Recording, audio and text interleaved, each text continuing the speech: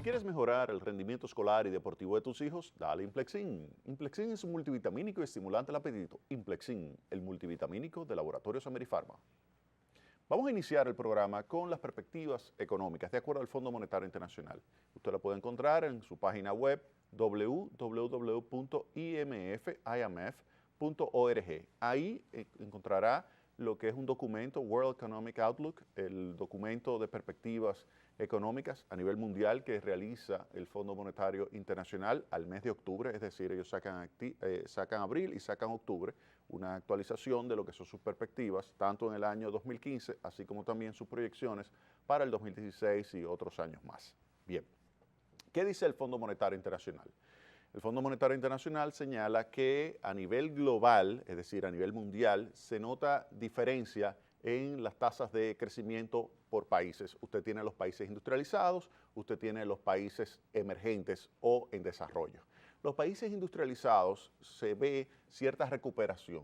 Hay una aceleración del ritmo de crecimiento de la economía. Específicamente, se está estimando por parte del Fondo Monetario Internacional que los países industrializados van a acelerar su ritmo de crecimiento al pasar de 1.8% en el año 2014 a 2% en el año 2015. Repito, de 1.8 a 2%. Ahora, ¿qué está pasando con los países emergentes o los países en desarrollo? Pues que estarían desacelerando su ritmo de crecimiento. Estarían creciendo en el año 2014 4.6% y en el año 2015 4%, es decir, que estaría desacelerando su ritmo de crecimiento. Todavía están creciendo más que los países industrializados, pero están en una tendencia hacia la desaceleración, mientras que los países industrializados están en una tendencia hacia la aceleración. El nuevo consejero económico del Fondo Monetario Internacional, Maurice Ostfeld. Todo economista conoce a Ostfeld. Aquí hace unos días estuvo el profesor Paul Krugman, y Krugman tiene un libro muy famoso de economía internacional escrito junto con Ostfeld. De tal forma que Maurice Ostfeld es un economista verdaderamente extraordinario que entra a formar parte del equipo técnico del Fondo Monetario Internacional y es quien presenta el documento de las perspectivas económicas como consejero económico, es decir, como el principal funcionario en el ámbito económico del Fondo Monetario Internacional es Maurice Ostfeld. Pues bien, ¿qué dice Maurice Ostfeld? Que la recuperación dentro de los países industrializados de Estados Unidos y de Reino Unido es la que va a la punta. Específicamente, se prevé que Estados Unidos crecería este año en 2.6% y puede ese crecimiento seguir acentuándose en la medida en que la Reserva Federal no aplique una política demasiado precipitada o acentuada de aumento de tasas de interés. Si la política monetaria es una política monetaria que toma en consideración la necesidad, como decía Coker Lakota, que es el presidente de la Reserva Federal de Minnesota, que si se toma en consideración la situación del mercado laboral, la situación de crecimiento y modifica su tasa de interés o no la modifica hasta el año que viene, o si la modifica muy poco, pues se pudiera generar un ambiente muy propicio para que los Estados Unidos continúen su ritmo de crecimiento y acelerando cada vez más la variación del Producto Interno Bruto. De tal manera que el Fondo Monetario estima en 2.6% y pudiera mejorar todavía más. Con relación al Reino Unido, ese es otro país que también lo identifica el Fondo Monetario Internacional como un país industrializado que está en un proceso de recuperación, 2.5% de crecimiento para este año. Ahora, ¿esto por qué han logrado estos países este nivel de recuperación? Primero, por la política monetaria que ejecutaron desde hace ya, alrededor de 6 años, 2009, cuando comenzó ya todo el empuje de lo que es la crisis, ese grave golpe que le dio la crisis 2007-2008 y que desembocó un proceso de recesión económica del 2009, pues a partir de ahí, tanto el Banco Central de Inglaterra, el Banco de Inglaterra, así como también el Banco Central de los Estados Unidos, la Reserva Federal, ejecutaron una política bastante flexible de inyección monetaria que ayudó a que los agentes económicos pudieran recuperar su inversión, recuperar su consumo, de manera tal que aceleró su ritmo de crecimiento y por eso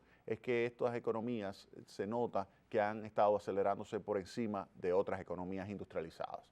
Y ahí entonces caemos en el caso de Japón. Japón dice el Fondo Monetario Internacional que este año lo que crecería es 0.6%. Japón no encuentra el camino para, digamos, comenzar a crecer de una forma sostenida, no. Japón los últimos 20 años ha sido una economía de recesión, una economía de muy bajo crecimiento, una economía de crecimiento nulo. Es decir, que ha estado negativo, 0, 1 y así sucesivamente, pequeñas variaciones, pero alrededor de 0.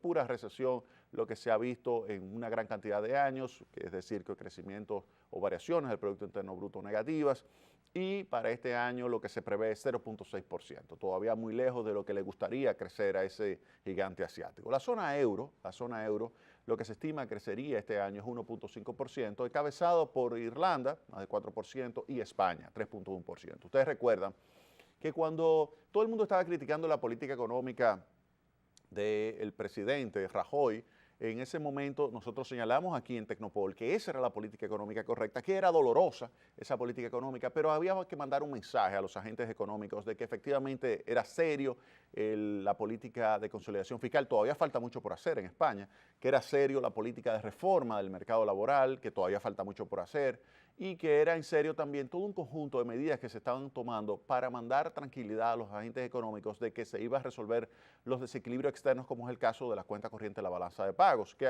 se ha favorecido por la disminución de los precios de la energía. De manera tal que esa política económica se ha estado traduciendo en esta mejoría del crecimiento económico en España.